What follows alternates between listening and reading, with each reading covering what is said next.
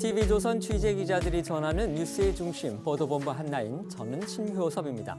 오늘의 핫 키워드부터 알아보겠습니다. 네, 첫 번째 키워드는 선거 코앞 분란입니다. 국민의힘 지도부에 이어 수도권 총선 후보들도 이종섭, 황상무 논란에 대한 이 대통령실의 결단을 요구했지만 용사는 기존 입장을 유지하며 이 당정 대치 상태가 계속되고 있습니다.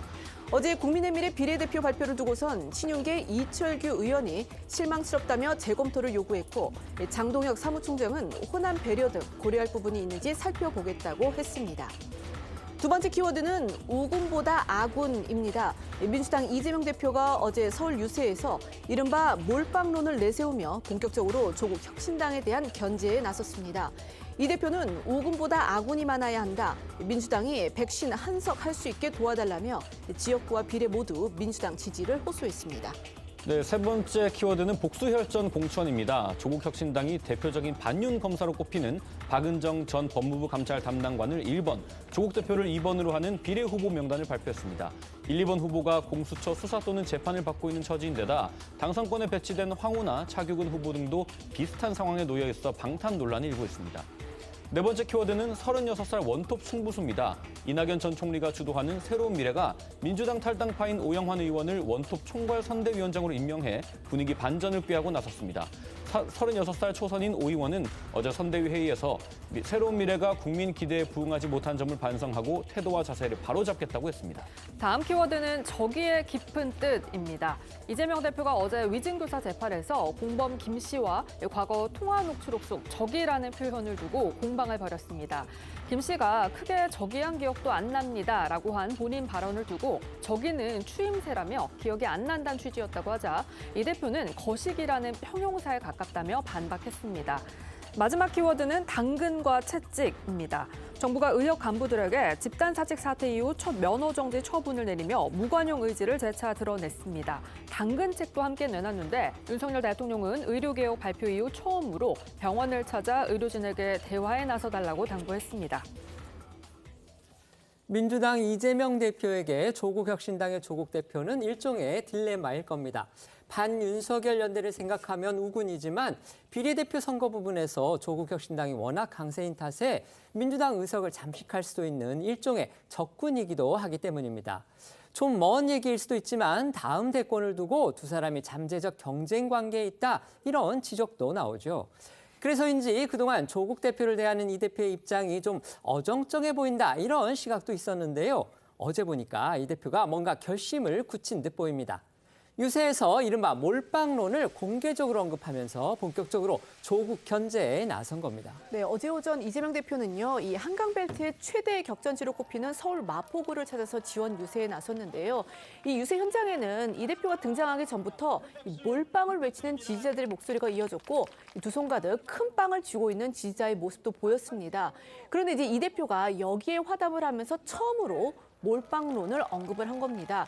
이 몰빵론이라는 건 지역구와 비례대표 모두 민주당과 또 민주당이 주도하는 이 야권 비례대표 위성정당인 더불어민주연합에 투표해야 한다라는 의미죠. 이게 이제 이 대표 지지자들 사이에서 최근 상세를 탄 이 조국 혁신당 견제를 위해서 내세우고 있는 구호인데요. 이 대표는 몰빵론에 대해서 처음 말한다면서 우군보다 아군이 많아야 한다라고 했고요. 민주당이 151석, 과반을 차지할 수 있도록 도와달라라고 호소를 했습니다. 영상으로 보시겠습니다.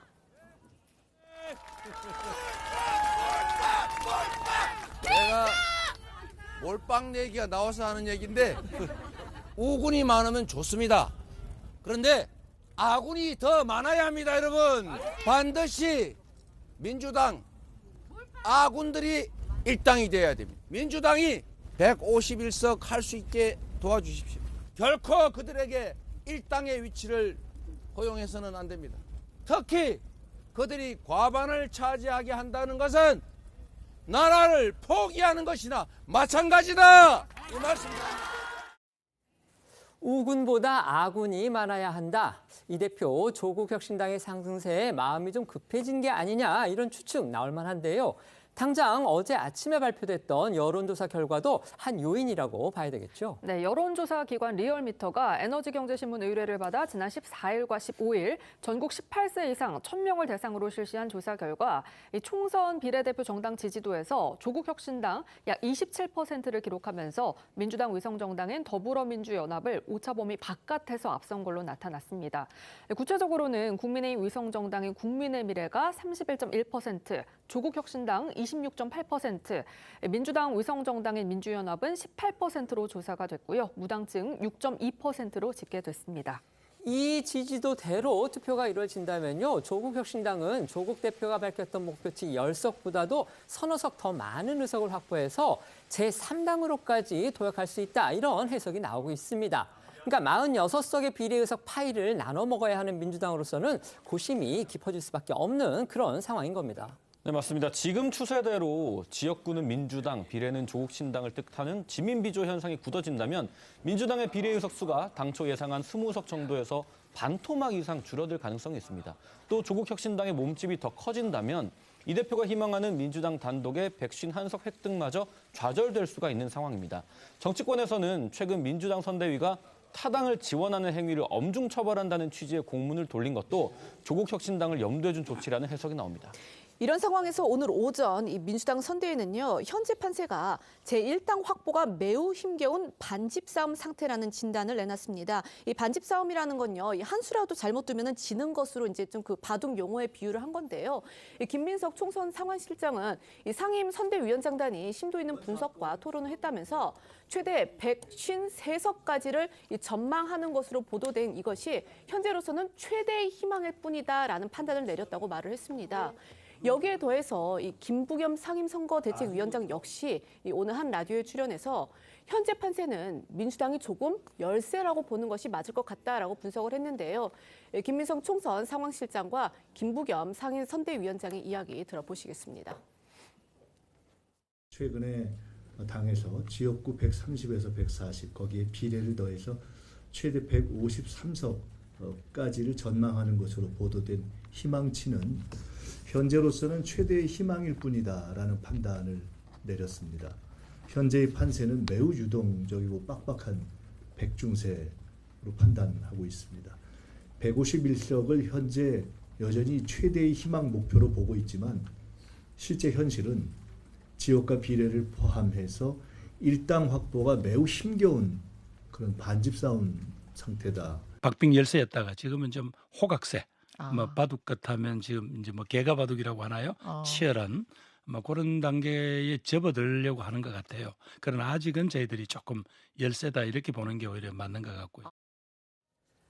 결국 이제 두 사람 얘기를 종합하면 민주당이 제1당이 되지 못할 수도 있다. 지금 이런 주장인 겁니다. 물론 이제 선거 전략상으로 과장하면서 호기를 부리는 것보다는 엄살을 부리는 게 더 낫다. 이런 통설 감안해야 되겠죠. 하지만 어쨌든 판세가 호락호락하지는 않다. 이런 경계심이 느껴지기는 합니다.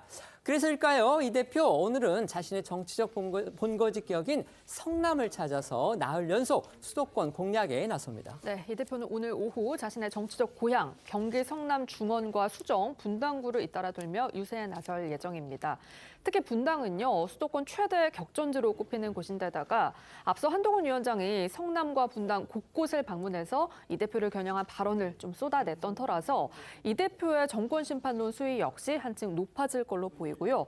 어제 처음으로 언급했던 몰빵론 다시 언급할지에도 관심이 쏠리는데요. 이 대표는 성남 방문에 앞서서 오늘 오전엔 강원 춘천과 원주를 찾아 지원 사격에 나섰습니다.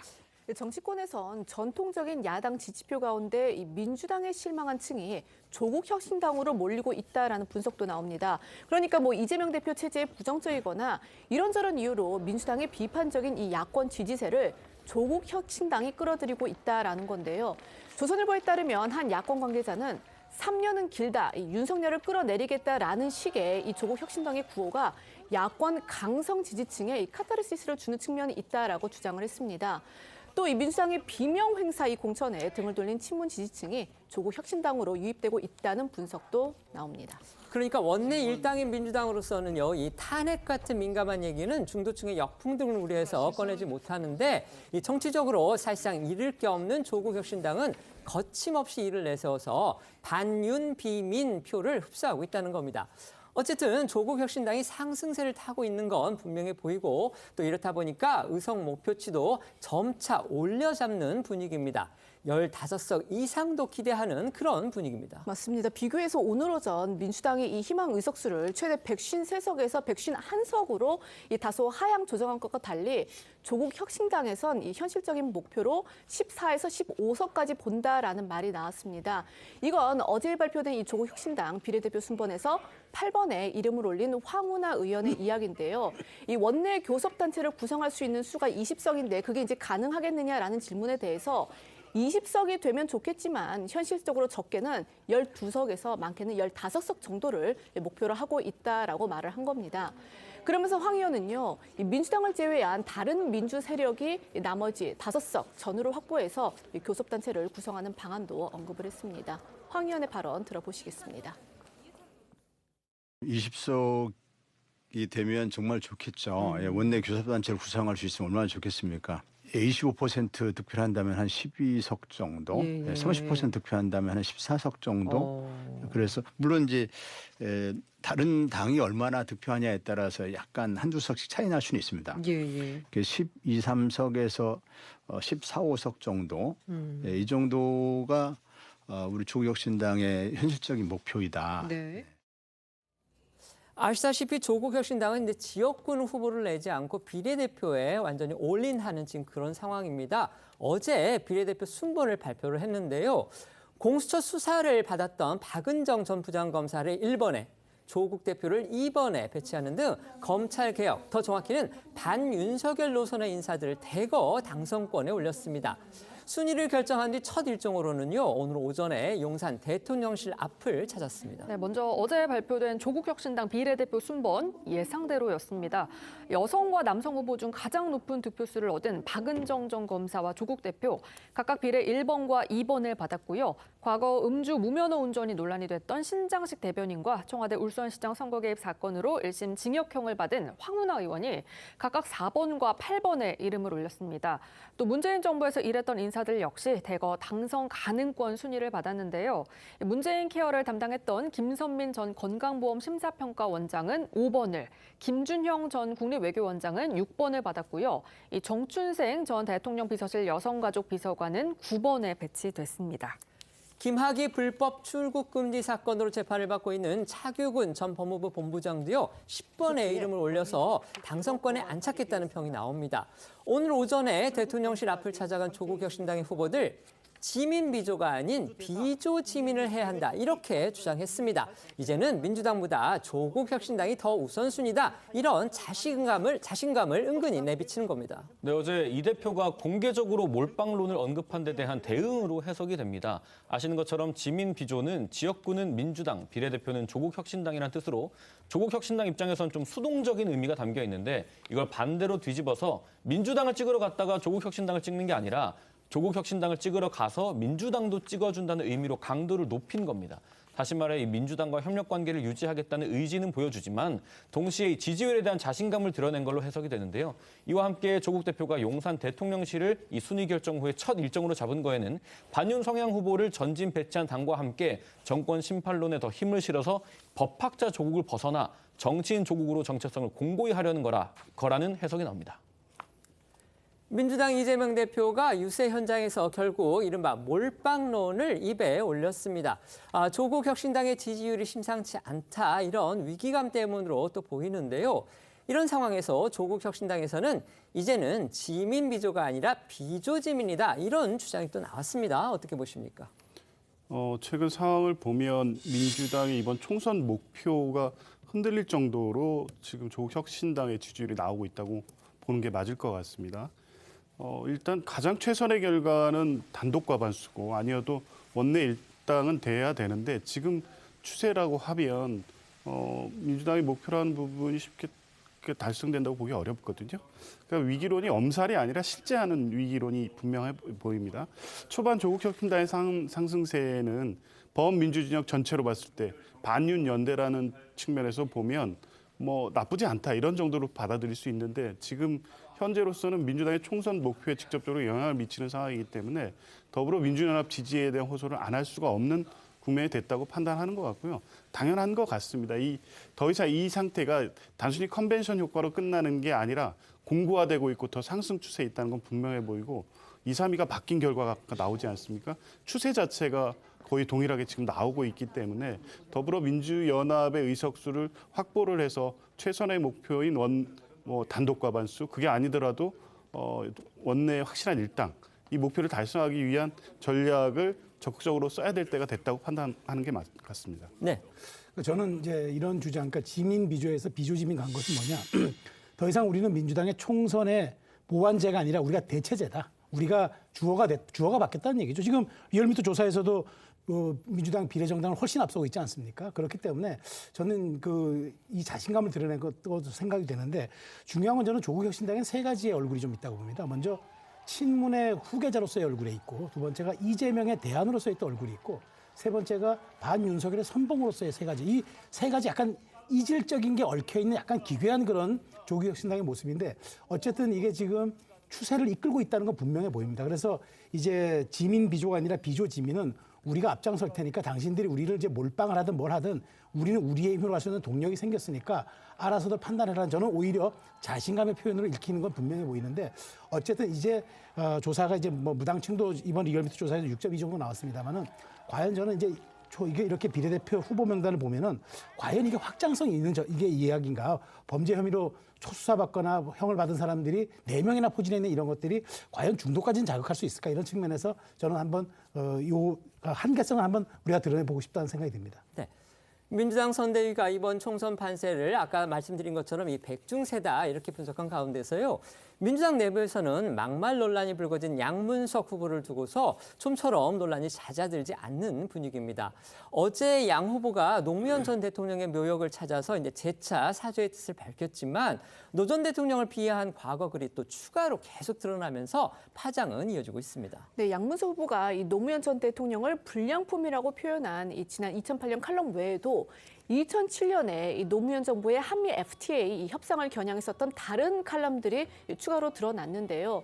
양 후보는 노무현 정부의 이 한미 FTA 협상을 이 매국노들의 밀실 대화라고 주장을 했고, 이 노 전 대통령을 향해서는 한국 땅을 못 밟게 공항을 폐쇄해 쫓아내야 한다라고까지 했습니다. 또 이 같은 해 쓴 다른 글에서도 이 노 전 대통령을 매국노라고 지칭을 하는가 하면 인제대학에 짓기로 한 이 노무현 기념관의 명칭을 노무현 매국질 기업관으로 바꾸자라고 제안을 하는 등 어떻게 보면 좀 수차례 노 전 대통령을 원색적으로 비난하는 표현을 사용한 것으로 전해졌습니다. 양문석 후보가 민주당이 배출한 대통령을 비난한 건요. 노무현 전 대통령만이 아니었습니다. 문재인 전 대통령도 직격했다고 합니다. 네, 대선과 지방선거 직후였던 지난 2022년 6월 이재명 대표를 향해서 전당대회 불출마 촉구 여론이 불거지니까 양 후보가 여기에 반발해서 대선 패배와 지방선거 패배 책임을 문 전 대통령에게 돌리면서 화살을 쏜 건데요.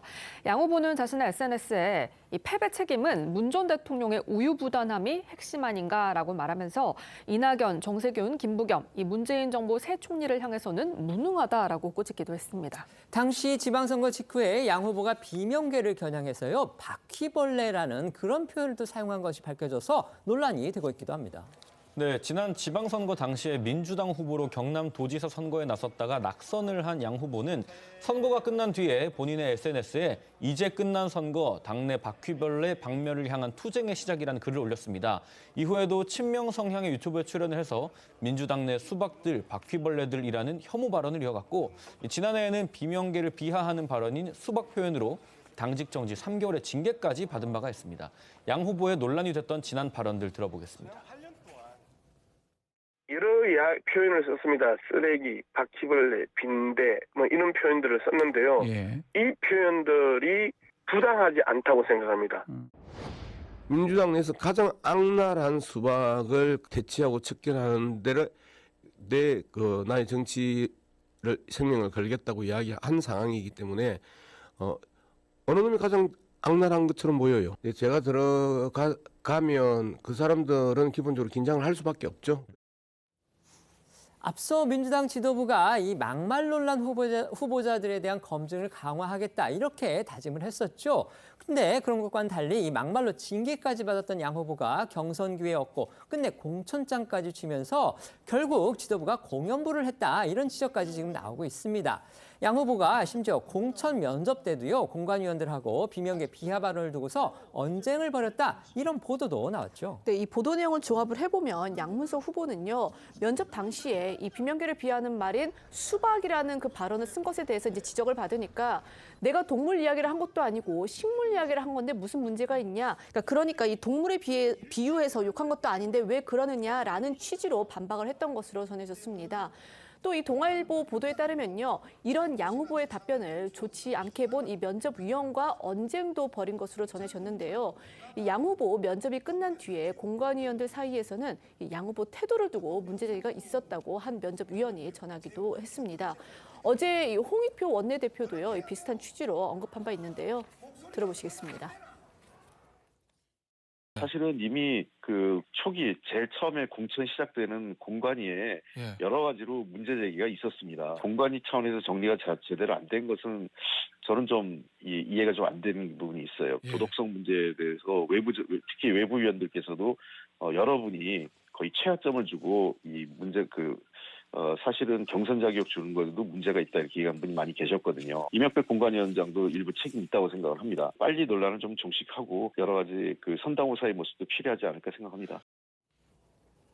홍익표 원내대표의 어제 저 발언 중에서요, 이제 거의 최하점을 줬다는 부분, 그다음에 이명백 공천관리위원장한테 책임이 있다. 이 부분과 관련해서는 어제 저희도 잠시 전해드렸지만 민주당 측의 공식 입장, 0점이라는 부분은 확인해 줄 수 없다는 부분이었고요. 그다음에 이명백 공천관리위원장은 본인은 절차에 따라서 했을 뿐이다. 이렇게 반박을 했다는 것도 함께 전해드리겠습니다. 양문석 후보의 논란이 이어지면서 김부겸 공동선대위원장은요, 양 후보에 대한 재검증이 필요하다. 이렇게 또 강하게 주장하고 있습니다. 네, 앞서 양 후보 면전에서 스스로 결단할 걸 촉구하기도 했던 김 위원장, 이 막말 논란에 휩싸인 양문석 후보 공천 문제가 전체 선거에 미칠 영향에 우려하는 모습인데요. 여기에 당 지도부를 향해서 양 후보에 대한 재검증을 촉구하면서 사실상 공천을 재고할 걸 압박하기도 했습니다. 들어보시죠. 극단적 언어를 써가면서 조롱하고 비아냥대고 모멸감을 줄 그런 정도의 표현을 하는 게 그게 정상적이지는 않죠. 그래서 이 후보에 대해서 재검증을 해달라 그렇게 지금 요청을 해놓은 상태입니다. 선거 전체에 미칠 영향. 왜냐하면 이건 상대방이 있는 또 경쟁하는 정당이 있는 그런 국면이잖아요. 그리고 그분들이 이런 내용들을 다 지켜보고 있을 거라고요. 그렇죠. 이게 그냥 조금 시간이 가면 저절로 묻힐 수 있는 문제일까? 거기에 대해서 저는 조금 아니라고 보는 거죠. 네, 이재명, 이해찬, 김부겸 이 세 선대위원장 가운데 김 위원장만 양 후보 공천 재고해야 한다는 입장인데요.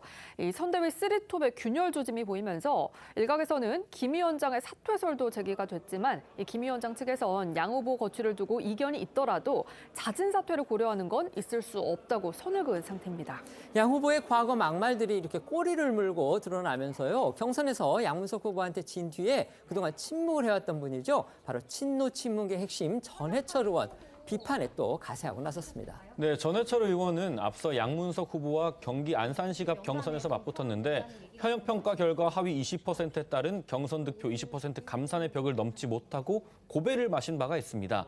경선에서 진 뒤 결과에 승복했던 전 의원은 양 후보의 막말 논란이 불거지자 비판의 날을 세웠습니다. 양 후보의 발언은 빈도와 수위, 내용에서 용납할 수 있는 범위를 벗어난 것이라면서 양 후보의 막말은 실수가 아니고 세상을 보는 시각이자 인식의 표출이라고 직격을 했습니다. 하지만 이런 당내 반발에도 불구하고요. 이재명 대표는 연일 양문석 후보를 옹호하면서 결국 공천과 관련해서 다시 생각할 뜻이 없다. 이런 부분을 또 분명히 하고 있습니다. 어제는요. 기자회견에서 양 후보와 관련한 기자들 질문이 쏟아지니까 아주 공개적으로 불편한 기색을 또 숨기지 않았습니다. 네, 어제 이재명 대표는 서울 마포구 이 경의선 숲길에서 기자회견을 열었는데요. 이 모두 발언 이후에 진행된 이 회견에서 첫 질문으로 이 양문석 후보 거취에 관한 질문이 나오니까 이 양 후보 발언이 지나쳤지만 책임을 물을 것인지는 국민께서 판단할 것이다라고 답을 했습니다. 그러면서 이 여당의 이 논란의 화살을 돌렸는데요. 즉 이 과거 국민의힘의 전신인 한나라당이 환생경제라는 연극으로 노 전 대통령을 비하했던 일을 소환을 한 겁니다. 하지만 이 양문석 후보에 대한 첫 번째 질문에 이제 답을 한 이후에도 또 관련 질문이 또 나오니까 이 대표는 질문을 받지 않겠다면서 일방적으로 기자회견을 끝냈습니다. 어제 모습 보시겠습니다. 양문석 후보에 대해서 김부겸 위원장과 정세균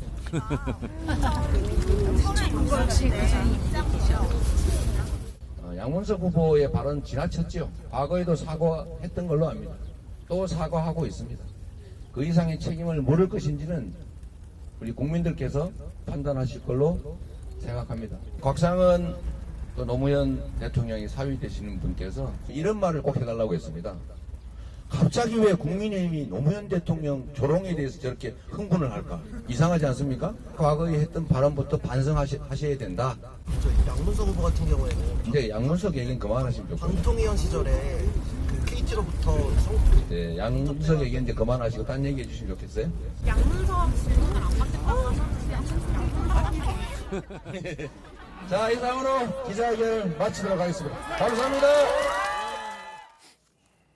관련해서요, 이재명 대표 아까 제가 말씀드렸던 것처럼 오늘 이제 강원도를 찾았습니다. 그래서 춘천시장에서 기자들과 질의응답을 했는데 여기서도 마지막에 기자들이 양문석 후보에 대해서는 어떻게 더 논의하는 게 없냐 이렇게 물어보니까 이상 기자회견 마치겠다 이렇게 얘기하고서 끝냈다고 합니다. 그런데 오늘 이 기자회견에서 또 눈길을 끄는 부분이 있습니다. 아까 저희가 그 조국 대표가 유튜브 채널에 나와서 결국 윤석열도 싫고 민주당도 싫어서 자기들에 대한 그 민심이 쏠리고 있는 것 같다 이렇게 주장을 했다는 말씀 드렸는데요.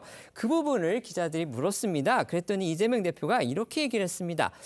조국 대표께서 설마 그렇게 말씀하셨겠나 싶다. 혹시 잘못된 표현을 했거나 그러셨을 거라고 생각한다. 결국 상당히 좀 불쾌하다는 내심의 그런 느낌이 좀 들고요. 그러면서 더불어민주당의 후보들이라면 당연히 명예당원이라고 하더라도 더불어민주연합의 명예당원을 해야 된다 이렇게 얘기를 했고요. 우리 민주당의 비례 정당은 더불어민주연합이 분명하다 이렇게 다시 한번 강조를 했습니다. 어쨌든 이제 양문석 후보를 둘러싼 파장 계속되고 있지만요. 이재명 대표를 비롯한 민주당 지도부 앞서 말씀드린 것처럼 양 후보의 공천을 유지하는 쪽으로 가닥을 잡은 듯 보입니다. 네, 이미 이재명 대표는 선거 지휘는 선대위가 하고 공천은 최고위가 하는 것이란 말로 사실상 김부겸 위원장의 재검증 요구에 대한 거부 의사를 시사한 바가 있습니다. 그리고 앞서 들으신 것처럼 막말에 대한 책임은 국민이 판단할 거란 말로 애둘러서 공천 유지의 뜻을 밝힌 셈이란 해석도 나옵니다. 민주당에서 공천을 두고 아직까지 이처럼 이제 내부 갈등 이런 것이 국면이 계속 이어지는 가운데서요. 현역인 이수진 의원을 컷오프하고 동작 의뢰 공천된 영입 인재죠. 류사명 후보인데 이 홍보물 때문에 구설이 올랐다고 합니다. 어떻게 된 일입니까? 네, 이 류삼명 후보 사진과 함께 냄비는 밟아야 제맛 이런 문구가 들어있는 홍보물이 논란이 된 건데요. 이 홍보물 지난 5일 한 야권 성향 SNS에 올라온 겁니다.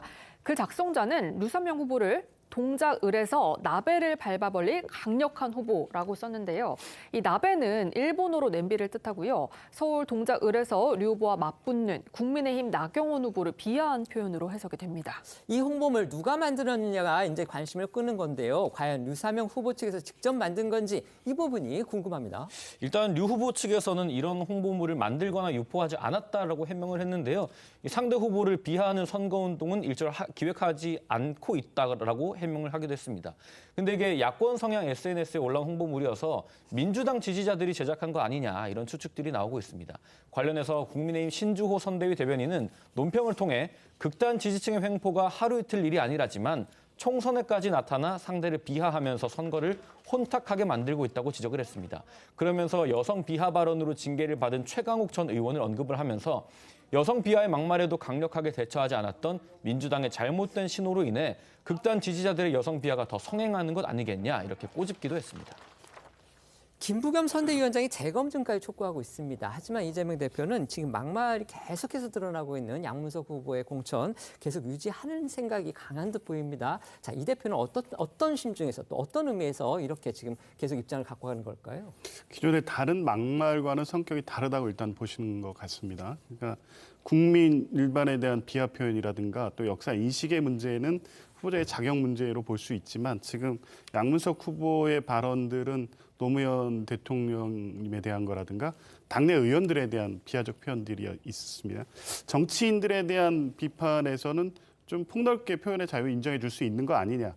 그런 부분까지 확인하고 공관위가 경청 결정을 했다면 이 이유를 가지고 철회할 것까지는 아니다라는 것이 있는 것 같고요. 그리고 오늘 박용진 이 후보가 강북을 그 경선 결과 발표로서 그 경선이 이제 마무리가 됩니다. 네. 본격적인 본선 구도로 가야 되는데 양문석 후보에 대해서 공천 철회라든가 이런 결정을 할 경우에 막말 논란이 또 재생산될 위험도 분명히 있는 것이거든요.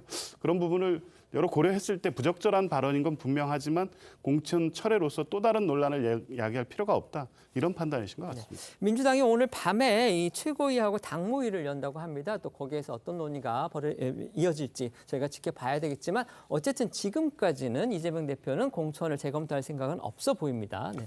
그러니까 이 지금 양문석 후보가 누구를 이겼습니까? 전해철 의원이 이기지 않습니까? 그렇죠. 전해철 네. 의원이 누굽니까? 지난번 경기도지사 선거 때 이재명 대표가 경선에서 일합을 겨뤘던 분입니다. 네. 그러니까 지금 또 박용진 후보는 마지막까지 지금 좀 불리한 구도로 계속 가서 사실상 어려운 지금 경선을 하고 있지 않습니까? 이재명 대표 생각은 강구하죠. 자, 나와 경쟁했거나 앞으로 경쟁이 대상이 될 사람들은 무조건 싹을 자르겠다. 근데 거기에 선봉이 되거나 그 대상이 되는 사람들은 내가 관용을 베푼다. 그거는 기준과 상관이 없다. 그 뜻을 분명히 하는 것 같아요. 그러다 보니까 기자가 질문하면 불리한 답변은 답을 회피합니다. 그러니까 시간을 벌어서 일단 후보 등록까지 이거를 계속 끌고 가겠다는 그런 전략 같은데 보십시오. 이제 저는 그렇게 생각합니다. 물론 이 공천에 대해서는 국민들이 판단할 겁니다. 그런데 우리가 디지털 아카이브라고 얘기하지 않습니까? 많은 이야기들, 그동안 했던 글과 말들이 다 소환될 겁니다. 앞으로 본선 과정에서 공천을 유지한다고 했을 때 이 많은 리스크를 온전히 감내해야 될 것은 민주당이고 거기에 대한 책임을 지는 것은 또 이재명 대표다라는 말씀 전 드리겠습니다. 네. 주요 정치인들과 관련한 재판 소식도 짚어보겠습니다. 우선 민주당 이재명 대표는요, 오늘 당초에 대장동 재판이 예정돼 있었습니다. 하지만 재판부에 미리 이 불출석 사유서를 내고서요, 법정에 나가지 않았습니다. 대신 강원도 지원 유세에 나섰는데요. 이러니까 재판부가 강제 소환 가능성까지 경고를 하면서 불쾌함을 표시했다고 합니다. 지난 12일에 이어서 잇따라 재판 출석을 미루면서 재판부 경시 논란도 또 일어날 가능성이 있어 보입니다. 네, 이재명 대표가 어제 이 대장동 재판부에 총선을 이유로 해서 공판 불출석 사유서를 제출했습니다.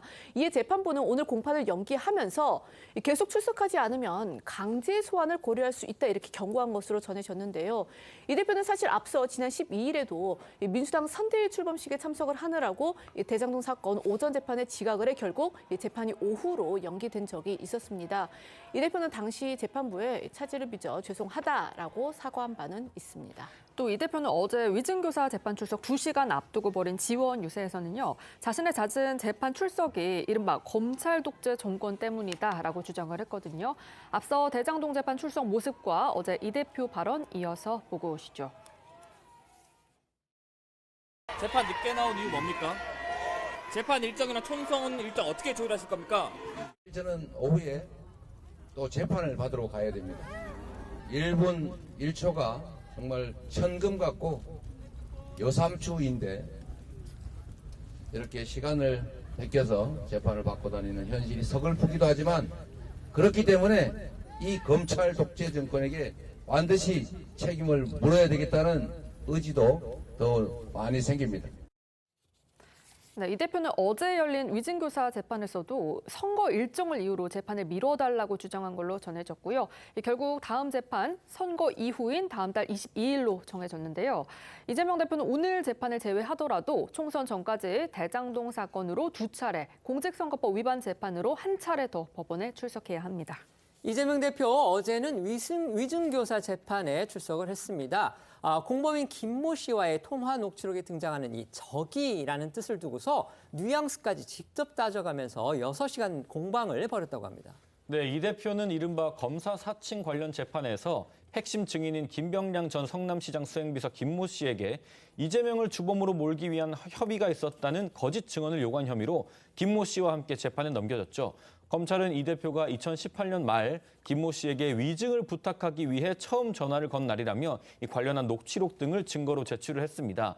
당시 녹취록에서 이 대표가 김모 씨에게 검사 사칭 사건에서 김병량 성남시장으로부터 정치적 보복을 받고 있었던 상황임을 강조해달라는 취지로 부탁을 하니까 김모 씨는 뭐 크게 적이한 기억이 안 난다 이렇게 답을 했는데요. 여기서 김모 씨가 지칭한 적이가 뭐냐 이걸 두고 양측이 상반된 주장을 하면서 치열한 공방을 벌였습니다. 발언의 당사자인 김모 씨는요, 이 적이가 검사 사칭 사건 전반을 지칭하는 것이다 이렇게 주장을 했습니다. 즉 검사 사칭 사건 자체가 기억이 나지 않고 잘 모르는 상태였는데 이 대표가 본인에게 유리하도록 허위 증언을 유도했다. 이런 기존의 자신의 자백의 입장을 유지한 걸로 볼 수가 있습니다. 네, 그러면서 김모 씨는요, 이 적이라는 표현은 보통 이 추임새로 쓰는 경우가 있다면서 전라도식 표현으로 애매할 때 쓰는 말이다라고 부연하기도 했는데, 하지만 이재명 대표는요, 김 씨를 상대로 해서 직접 증인 신문에 나서면서 반박에 나섰습니다. 이 대표는 그 김모 씨가 말한 적이, 그러니까 크게 적이한 기억이 안 난다. 여기서 이 적이의 뜻은 당시 김병랑 그 선거 캠프와 보니까 이재명 대표의 관계가 극단적으로 좋지는 않았으나 캠프 소속원 중 이 김 씨와의 관계는 그리 대립적이지 않았다는 취지다라고 주장을 했는데요. 그러면서 이 적이라는 표현이 어떤 그 객관적인 팩트를 지칭하는 게 아니라면서 사투리로 뭐 거시기라는 어떻게 보면 형용사 표현에 가깝다 이렇게 주장을 했습니다. 그러니까 결국 이 김모 씨가 당시 이 대표에게 증언을 요구받은 이 검사 사칭 사건을 잘 몰랐다 이런 의미가 아니라 본인의 주장대로 두 사람이 이 과거에 나쁜 관계가 아니었다라는 그런 설명입니다. 어제 재판 과정에서 또 한 가지 눈에 띈 점이 있습니다. 바로 칸막이가 등장을 한 건데요. 이 대표는 칸막이 넘어서 증인을 향해 신문을 한 겁니다. 네, 어제 신문은요, 이 대표와 김모 씨가 서로 볼 수 없게 그 사이를 칸막이로 가린 상태에서 진행이 됐습니다. 김모 씨가 이 대표 앞에서 증언하는데 신변 불안과 압박감을 느낀다는 취지로 요청한 데 따른 걸로 전해졌습니다. 이 대표의 대장동 재판과 관련된 다른 핵심 인물이죠. 유동규 전 본부장인데요. 어제 이 대표와 같은 법원 다른 재판에 출석을 했습니다. 이재명 대표보다 먼저 법원에 나와서 인천 개항을에 나서지 않겠다 이런 입장 밝혔습니다. 네, 유동규 전 본부장은 어제 김용 전 민주연구원 부원장과 함께 기소된 불법 정치자금 뇌물재판 항소심에 출석하려고 이 대표보다 먼저 법원에 나왔습니다. 유 씨는 본인은 앞으로 재판에 충실히 임하겠다면서 일주일에 3번씩 재판에 참석해야 하는 상황에 재판과 출마를 병행하는 건 바람직하지 않다고 말했습니다. 이어서 이재명 대표도 본인의 재판을 충실히 해야 한다고 주장을 했는데요. 이후에 같은 법원에 출석한 이 대표는 유 씨의 주장을 어떻게 생각하느냐는 기자들의 질문에 답을 하지 않았습니다. 유 씨의 불출마 선언과 이 대표의 반응 같이 영상으로 보시겠습니다. 22대 국회의원 예비 후보를 사퇴합니다. 겸허한 자세로 지금 받고 있는 재판에 충실히 임하고자 합니다. 이재명 같은 사람이 정치인이 돼서는 안 되고 권력이 주어져서는 안 됩니다. 그러면 죄인이 먼저 벌부터 받아야 되겠죠. 이재명은 자기 재판부터 충실히 하면서 해야 되지 않을까 싶습니다. 유동규 전 본부장이 불출마 선언하면서 대표님들 재판에 충실하라고 주장하는데 어떻게 생각하시나요? 이번 주만 3번 재판인데 선거에 영향 없다고 보십니까? 김웅 씨 직접 신문하실 예정이신가요? 이재명 대표의 부인 김혜경 씨의 선거법 위반 재판도 어제 수원에서 열렸습니다. 검찰 측과 김 씨 측이 김 씨가 불법적인 기부 행위를 추가로 했느냐 이걸 놓고서 또 공방을 벌인 것으로 전해졌습니다. 먼저 김혜경 씨는 2021년입니다. 이 20대 대선 후보 당내 이 경선 당시에 수행비서 배모 씨를 통해서 당 소속 국회의원 배우자 등 이 6명의 식사비 10만 원 상당을 경기도청 법인카드로 결제한 혐의로 지난달에 불구속 기소가 됐는데요. 그런데 이제 어제 열린 이 공판 준비 기일에서 검찰이 기소된 사건 범행 전후로 김혜경 씨가 4건의 공직선거법을 위반한 정황을 추가 적발했다 이렇게 주장을 한 겁니다. 검찰은 이 4건이 기소 당시에는 증거관계가 명확치 않았으나 공범인 배모 씨의 재판 과정에서 명확해졌다면서 다만 이 공소시효가 지나서 기소하지 못하고 10만 원 식사비 결제권만 재판에 넘기게 된 것이다라고 밝혔습니다. 이에 대해서 김혜경 씨 측은요, 기소된 사건과 무관한 내용이다 이렇게 반발한 것으로 전해졌습니다. 네, 김 씨 측은 공소시효가 넘어서 치열하게 다툴 일도 없고 또 기소되지 않은 사건의 공소 사실에 대한 보충 의견으로 주장하는 것에 적절한지 의문이다라고 검찰을 비판했고요. 예민한 시기에 정치적 재판이 아닌가 하는 해당 사건에서 검찰의 이런 주장 자제돼야 한다고 반박했습니다. 관련해서 이재명 대표 어제 유세에서 배우자 김혜경 씨 혐의를 부인하면서 아내가 재판에 끌려다니고 있다 이렇게 주장을 했거든요. 목소리 듣고 오겠습니다. 제 아내도 자기 밥값 자기가 냈는데 얻어먹지도 않고 대접하지도 않는다는 원칙을 제가 선거 정치를 시작한 이래 정말로 철저하게 지켜왔는데 제3자들끼리 아내도 모르게 밥값을 냈다는 그 이유로 제 아내가 재판에 끌려다니고 있습니다. 제 아내는 그 사실을 모르고 있었다는 점을 당시에 언론에 공개된 녹취록에서도 명확하게 드러납니다. 검찰은 김혜경 씨의 선거법 위반 교부 행위를 이 추가로 언급한 이유에 대해서요. 김 씨 측의 혐의 부인이 잘못됐다는 거 이걸 입증하기 위해서였다 이렇게 또 해명했습니다. 네, 검찰은 추가 4건을 언급한 이유는 지난 첫 공판 때 김혜경 씨 측에서 선거 기간에 위험한 일을 할 이유가 전혀 없어서 피고인 측의 기부 행위는 없었다라고 주장한 부분이 잘못됐다는 걸 입증하기 위한 취지라고 설명을 했습니다. 관련해서 지난달 TV조선과의 통화에서 김혜경 씨가 몰랐다는 건 황당한 주장이라고 한 공익제보자 조명은 씨의 발언 다시 듣고 오겠습니다. 결제를 한번 하고 결제가 잘못돼서 그 이후에도 다시 가서 재결제를 했던 부분이거든요. 치밀하고 계획적으로 그거에 이루어진 거라서 배모 씨 혼자서 이거를 다 주관해서 했다고 생각은 전혀 하지 않고 상식적으로 계산이 됐는지 안 됐는지 지금 나갈 때 그러면 가게 측에서 계산을 요구했을 텐데 그런 게 없었으면 당연히 누군가 결제했을 거라고 생각하는데 그거를 몰랐었다고 말하는 건 상식적으로도 납득이 되지 않습니다. 김혜경 씨의 주장은 황당한 주장이라고 생각을 하고 있습니다.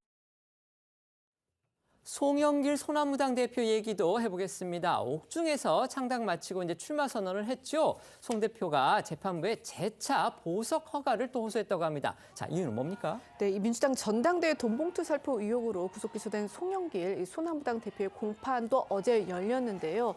송 대표는 어제 이 공판에서 최근 자신의 아내가 자신의 출마를 대신 선언을 했고 오는 21일까지 선관위에 후보로 등록을 해야 한다면서 명색이 당대표가 됐는데 구치소에서 입장문을 쓰느라 잠도 못 자고 있다 이렇게 말한 것으로 전해졌습니다. 그러면서 선관위가 오래된 사진을 쓸 수 없도록 하는데 포스터라도 붙여서 유권자들한테 선택의 기회를 줘야 한다면서 이 총선 포스터용 사진이라도 찍을 수 있게 해달라라고 보석 허가를 거듭 요청을 했는데요.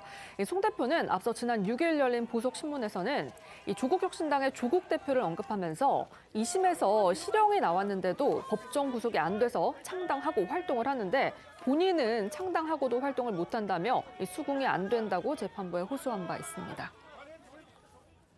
민주당 이재명 대표 총선 앞두고서 지금 재판 불출석이 잇따르고 있습니다. 그런데 오늘 또 일종의 이제 문제가 될 수도 있겠는데요. 이재명 대표가 사실은 오늘 대장동 재판에 출석을 해야 했습니다. 그런데 재판에 앞서서 미리 이제 불출석 사유서라는 걸 내고서 재판을 오늘 받을 수 없다 이거를 허락해달라고 재판부에 요청을 했는데 재판부가 허락을 하지 않았다고 합니다. 그런데도 불구하고 이재명 대표 이 재판부의 의견을 무시하고서 지금 재판에 나가지 않고 강원도로 유세를 떠난 겁니다. 그러니까 재판부가 다음번에도 안 나오면 강제 소환이라도 하겠다 이렇게 아주 강하게 경고를 했고요. 결국 재판부의 불쾌감이 거기서 드러났다 지금 이런 평가가 나오고 있는 겁니다. 이건 또 어떻게 봐야 됩니까? 원래 형사재판은 아주 경미한 사건을 제외하고는 피고인 없이 개정을 할 수가 없습니다. 그래서 부득이한 경우에는 보통 전날 불출석 사유서를 제출하고 재판부가 타당한 사유가 있다고 하면 허가를 해주고 그러면 이제 연기가 되는 거죠.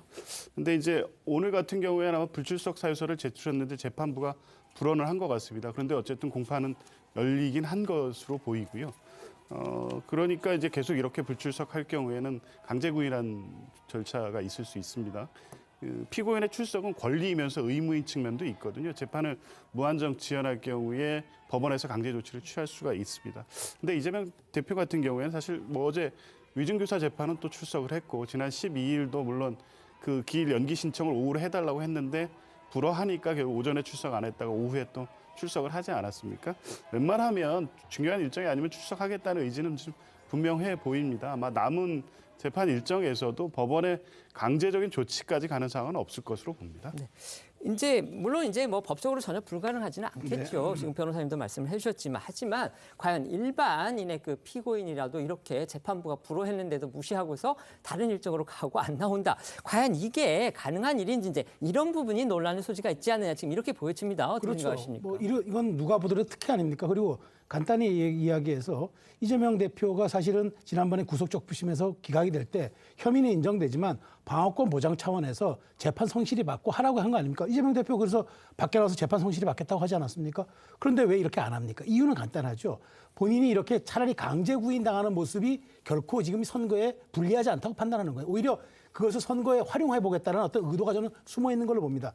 이렇게 내가 선거운동 해야 되고 뭘 국민과 접촉해야 되는데 법원이 오라 해서 난 강제 구인돼서 갑니다. 이 모습 자체가 정권 심판론의 또 하나의 기제로서 불을 붙이는 그 동력으로 사용하겠다는 것 같은데 저는 이건 법 앞에 평등이라는 측면에서 매우 심각한 거라고 봅니다. 그래서 이 부분에 대해서는 이재명 대표가 똑같은 국민과 함께 재판을 받아줘야 지난번에 불구속해서 방어권 보장 해주고 재판받으라는 거나 그 취지에 위반되는 부합하는 거 아니겠습니까? 이재명 대표의 현명한 판단을 좀 기대합니다. 네, 이제 강제 소환이 아직 된 건 아니기 때문에요. 지금 패널께서 말씀해 주신 부분은 어떻게나 본인의 개인적인 의견으로 저희가 받아들이겠습니다. 국민의힘의 움직임도 짚어보겠습니다. 이종섭 주 호주 대사 그리고 황상무 대통령실 시민사회 수석의 거취를 둘러싸고서 당정 간의 대립이 촉발된 상황이라는 거 어제도 저희가 전해드렸는데요. 국민의힘 이런 상황에서 오늘 오전에 중앙선거대책위원회 발대식을 가졌고요. 또 공천자 대회도 함께 열었습니다. 본격적인 총선 체제의 깃발을 든 건데요. 정부와 집권 여당이 조금이라도 오만하고 군림하려는 모습을 보일 때 감당 못할 큰 위기가 왔다. 한동훈 위원장의 오늘 행사에서의 발언 의미심장해 보입니다. 네, 한동훈 위원장은요 발언대에 올라서 앞으로 총선까지 22일 남았는데 그동안 죽어도 서서 죽을 각오가 되어 있다라고 결의를 다졌습니다. 그러면서 그동안 강조해왔던 이 불체포 특권 포기 등 정치개혁 시리즈를 거듭 강조하면서 공동 선대위원장 등과 함께 정치개혁 퍼포먼스에도 나섰습니다. 국민의힘은요 오늘 이 공천 후보자들에게 공천장도 줬는데 여기에는 이 한동훈 위원장이 그동안 강조한 이 정치개혁 시리즈에 대한 서약서도 동봉되어 있었습니다. 오늘 오전에 나온 한동훈 위원장의 목소리부터 들어보시겠습니다. 정치 개혁! 이번에 지면 이번 윤석열 정부는 집권하고 뜻 한 번 펼쳐보지 못하고 끝나게 될 겁니다.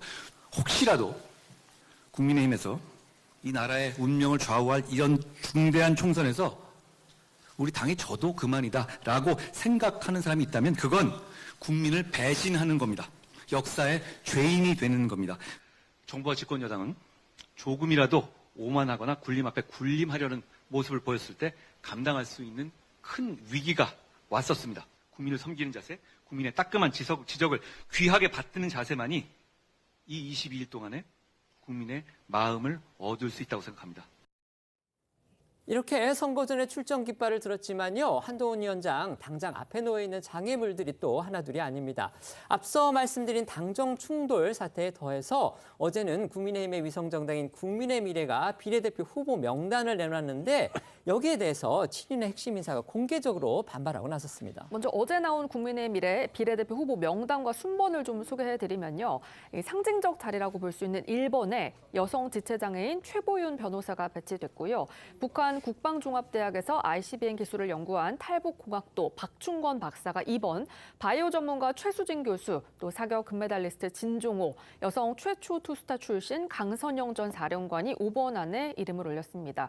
또 인유한 전 혁신위원장은 8번을, 한동훈 비대위 소속 의사 출신 한지아 교수는 11번을 받았고요. 역시 비대위 소속인 시각장애인 피아니스트 김예지 의원 역시 15번을 받아서 당선권에 안착하면서 2차례 연속 당선이 유력해졌습니다. 하지만 호남 출신 김화진 전 정남도당 위원장과 주기환 전 광주시당 위원장이 각각 당선 여부가 불확실한 22번과 24번에 배치되면서 호남 홀대 논란이 일었습니다. 당장 주기환 전 위원장이 반발하면서 사퇴했습니다. 특히 이제 주 전 위원장 같은 경우는요, 윤석열 대통령의 최측근으로 분류되는 인물입니다. 그래서 더욱 주목되는 분위기인데요. 여권 안팎에서는 자타공인 윤석열 사람인 주 전 위원장이 이 당선권에 안착할 경우에 용산 낙하산 논란이 벌어졌을 가능성, 이것도 지적하고 있기는 합니다. 네, 주기환 전 위원장은 보도자료를 통해서 국민의미래공천관리위원회가 발표한 내용을 보면 광주에 대한 배려는 아예 없었다며 비례대표 후보를 사퇴하겠다고 밝혔고요. 이 국민의힘은 비례대표 당선권에 호남 인사를 25% 우선 추천하는 내용을 당규에 담았지만 당이 당원들과의 약속을 저버렸다고 덧붙였습니다. 일각에선 주기환 전 위원장이 당선권 밖에 배치된 건 물론 김화진 전 위원장보다도 후순위에 배치된 배경을 두고 설왕설래가 이어지고 있는데요. 말씀하신 대로 주기환 전 위원장이 검찰 수사관 출신으로 과거 윤석열 대통령이 광주지검에서 근무를 할 때 이 대통령과 인연을 맺은 최측근 인사로 꼽히기 때문입니다.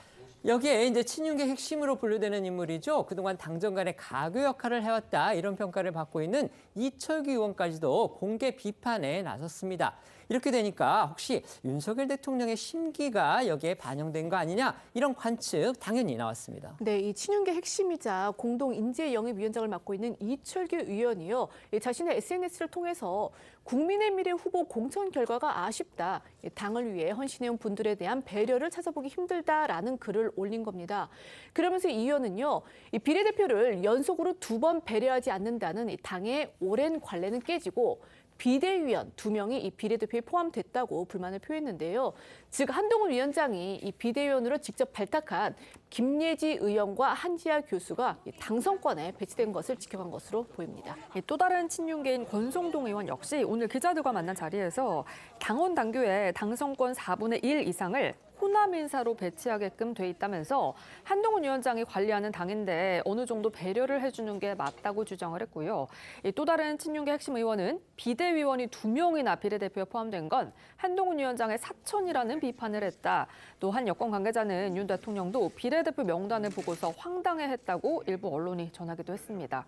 다만 비례 명단 논란이 당정 갈등으로까지 비화될 것인지에 대해서 여권 일각에서는 공천 업무에 대통령실이 개입하지도 않을 뿐더러 개입해서도 안 되는 거라면서 당 안에서 풀어야 할 문제라는 주장도 나왔거든요. 신지호 전 의원의 목소리 들어보겠습니다.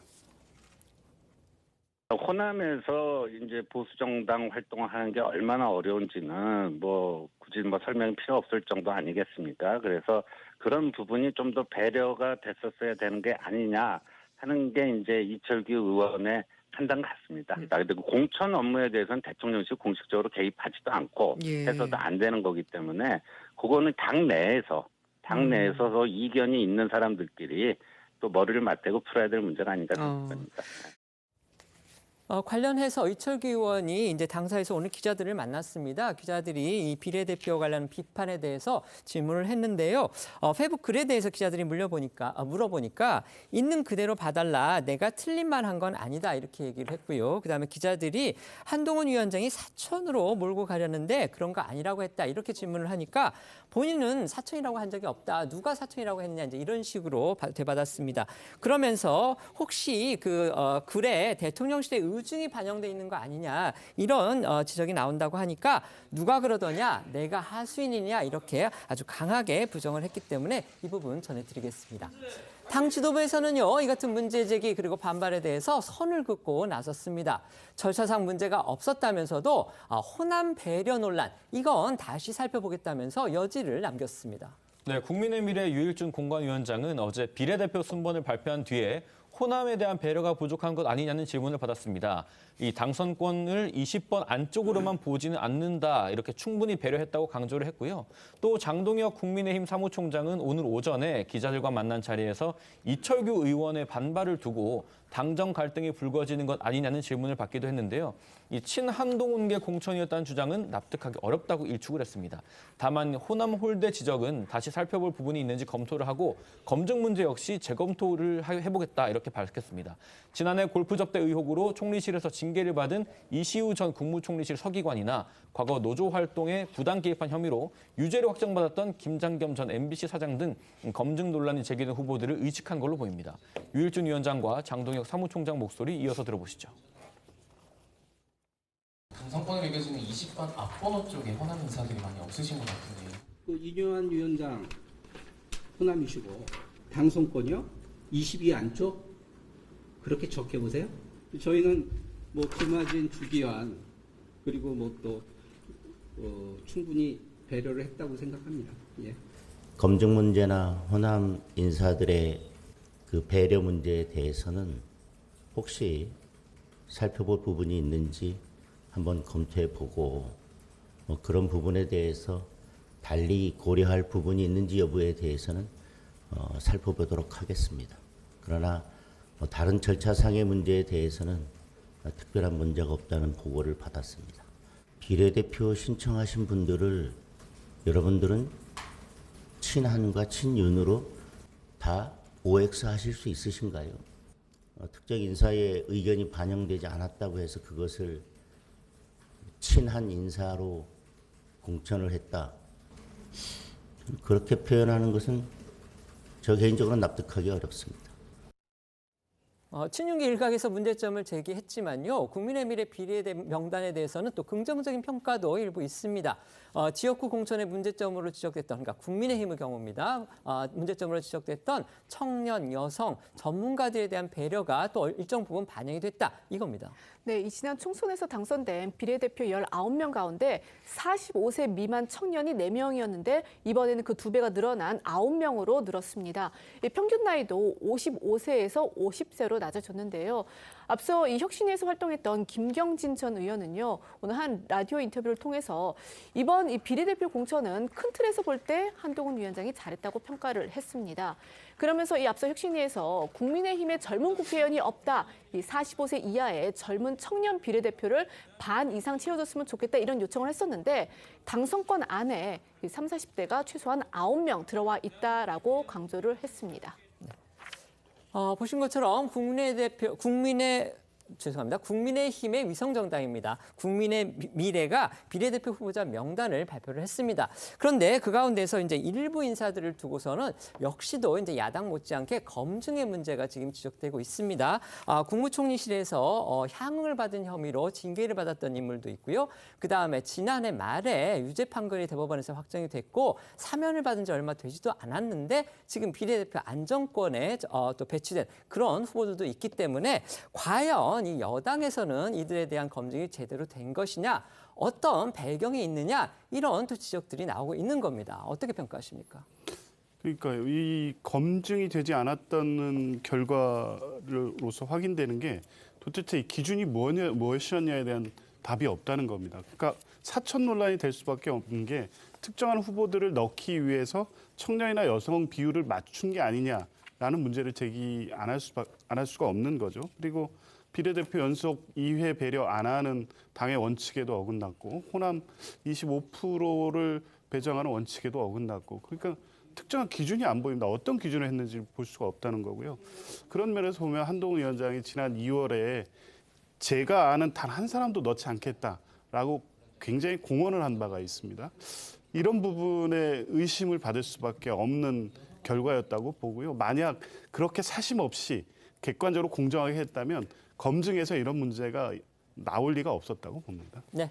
저도 좀 청년 여성을 배려했고 그다음에 다양성에 있는 부분이라는 점에 대해서는 굉장히 잘된 공천이라고 보는데 좀 더 그러나 세심하게 들여다보면은 문제가 당연히 있죠. 그 이시우 씨 같은 경우에는 그 접대로 인해 가지고 서기관에서 사무관으로 강등까지 된 사례란 말이죠. 근데 공직사회에서 강등까지 된 사람을 과연 비례대표로 우리가 공직사회로 다시 재진입시켜주는 게 맞느냐, 이런 논란이 있을 수 있고요. 근데 나중에 또 평가를 받아가지고 다시 또 복귀가 했다, 또 이런 얘기도 그러니까 있긴 있더라고요. 그런 과정들은 네네. 있었습니다만 이제 네. 그렇지만 꼭 그런 분까지 우리가 그 국회라는 그 공간에 열어줘야 하느냐, 이런 논란이 있을 수 있고, 그러니까 당연히 이제 아무 문제가 없었다면 논란이 안 됐겠지만 그런 과정에서 문제가 있었으니까 논란이 되는 거죠. 그런 측면에서 조금 다양성 있고 하는 것도 그 좋게 볼 수 있지만 특히나 이제 호남 배려의 부족이라는 이런 측면은 사실상 뼈 아픈 거라서 아마 장동현 사무총장도 다시 한번 검토해 보겠다는 것 같은데, 이런 부분에 대한 보완이 아직은 후보 등록까지 조금 남아 있으니까 오늘 정도를 기점으로 이루어지지 않을까, 저도 그렇게 전망합니다. 네.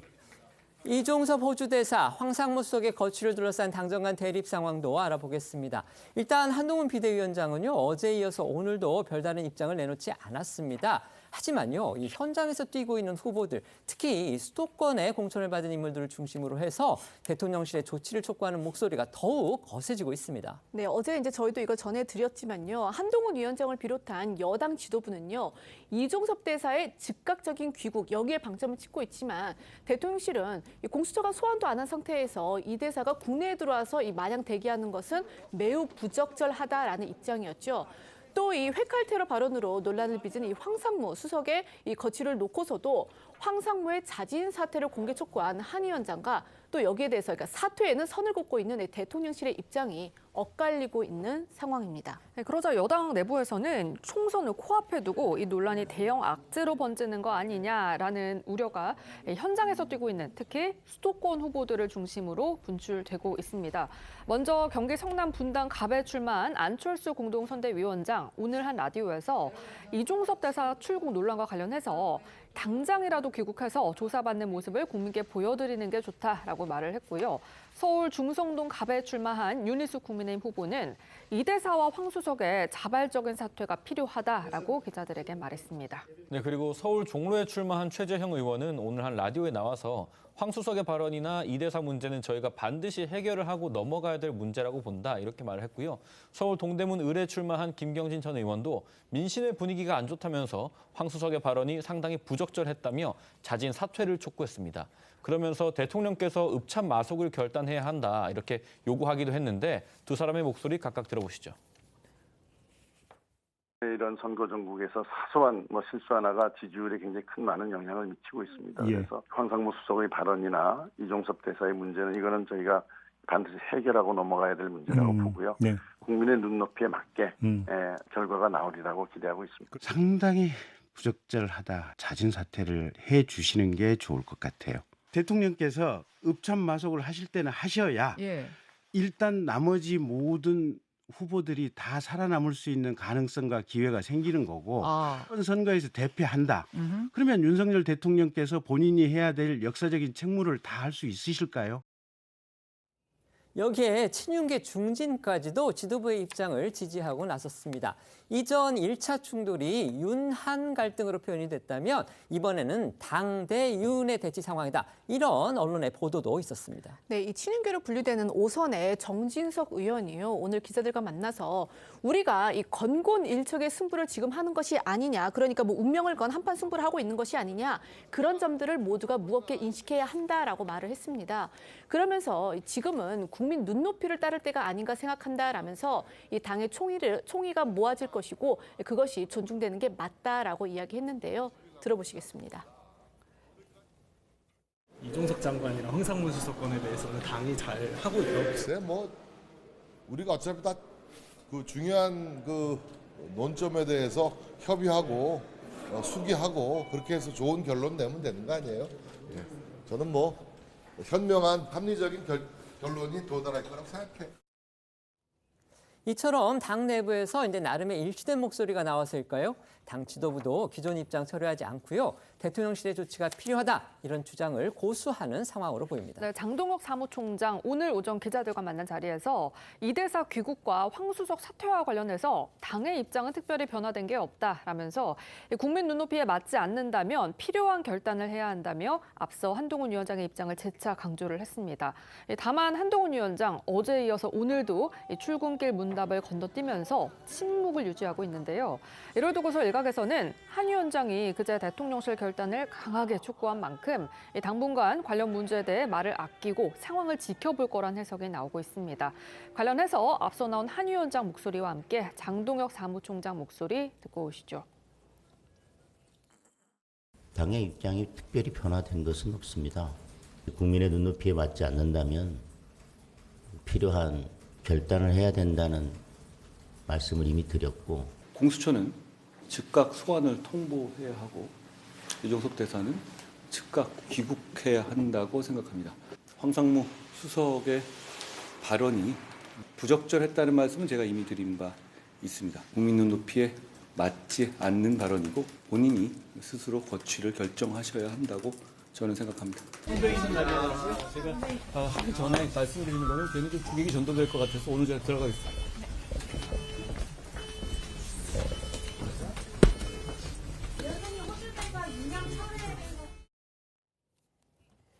당정 간의 이종섭 호주대사, 그다음에 황상무 대통령실 수석의 거취 문제를 둘러싸고서 지금 대립 상황이 연출이 되고 있습니다. 결국 이 문제와 관련해서는요, 여당은 거의 한 목소리로 지금 입장을 내고 있습니다. 그렇다면 결국 이 해결의 키는 윤석열 대통령이 쥐고 있다, 이렇게 볼 수가 있겠습니다. 과연 윤 대통령 어떻게 결심할 걸로 보십니까? 저는 이게 정치의 흐름의 싸움 아닙니까? 그런 측면에서 실기하면 안 되는 거거든요.